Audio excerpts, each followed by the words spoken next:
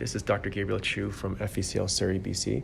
We're going to be talking about some tips how to more safely and easily insert the Oculentis M+ lens. Here you'll see that the tip is roughly in the middle of the capsular rhexis. There is a bubble and it'll move out of the way as the viscoelastic goes in. It is an injector style, so you can use one hand for it. You'll see my secondary hand with a chopper. And there's a good reason for this, because we want to put the lens right into the capsular bag all in one shot. Here, once you see the first leaf, so you see how I've retracted back a little bit my tip as it came out, because it unfolds very quickly, so you got to give enough room for it to unfold inside the capsular bag. And as the last trailing haptics come out, I used my secondary hand instrument to push the trailing haptics right into the capsular bag. So downward motion as I inject the rest of the lens in. And that way, in one motion, you can have all haptics sitting in the capsular bag. And you don't have to fiddle around with the leading haptics in the bag and the trailing haptics out of the bag. Because very often, if you have a very small white-to-white or a smaller capsular bag or a smaller capsular rhexis, it's very difficult to get the trailing haptics in there without overstressing the zonules.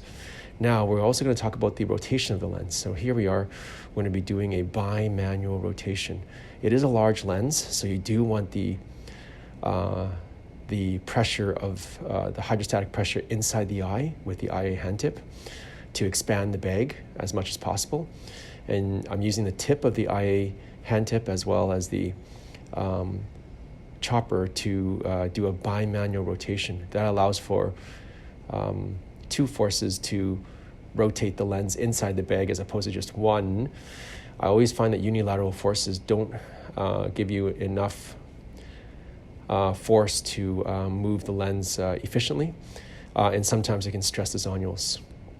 So in summary, the Oculentis is a large lens, and it is difficult to rotate using one instrument, and when it unfolds into the bag, it can unfold quite rapidly, so I do retract my injector a little bit after the leading haptics come out, and then I use downward pressure with my secondary instrument for the trailing haptics to make sure that they make it into the bag all in one shot.